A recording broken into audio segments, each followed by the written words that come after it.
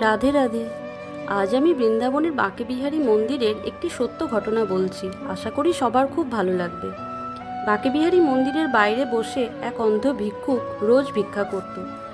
অনেক ভক্তই প্রতিদিন বিহারীজির দর্শনে যান বিহারীজির মন্দিরে। তো একদিন এক ভক্ত সেই ভিক্ষুককে দেখে বলল, দেখো, যেখানে সবাই বিহারীজির কাছে কিছু চায়, সেখানে তুমি সাধারণ মানুষের কাছে কেন চাও? তুমি তো স্বয়ং বিহারীজির কাছেই চাইতে পারো। বলে ভক্তটি সেখান থেকে চলে যায়।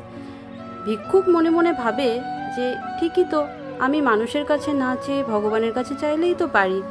তখন সেই ভিক্ষুকের মনে ভক্তির উদয় হয় এবং সে মন্দিরের ভেতরে চলে যায়। গিয়ে তার ভাঙা বাটিটি বিহারীজির সামনে আন্দাজে এগিয়ে দিয়ে বলে, লাডলিজি, আমাকে কিছু ভিক্ষা দাও।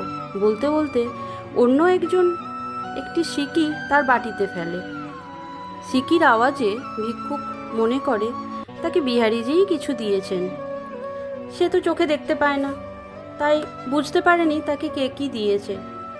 সে নিজের বাড়ি চলে আসে এবং পরে জানতে পারে যে সে কয়েন ছিল না, বরং বাঁকেবিহারীর ছবি দেওয়া একটি সোনার কয়েন ছিল। ভিক্ষুক আনন্দে আত্মহারা হয়ে যায় এবং পরবর্তীকালে তাকে আর ওই মন্দিরের বাইরে ভিক্ষা করতে দেখা যায়নি।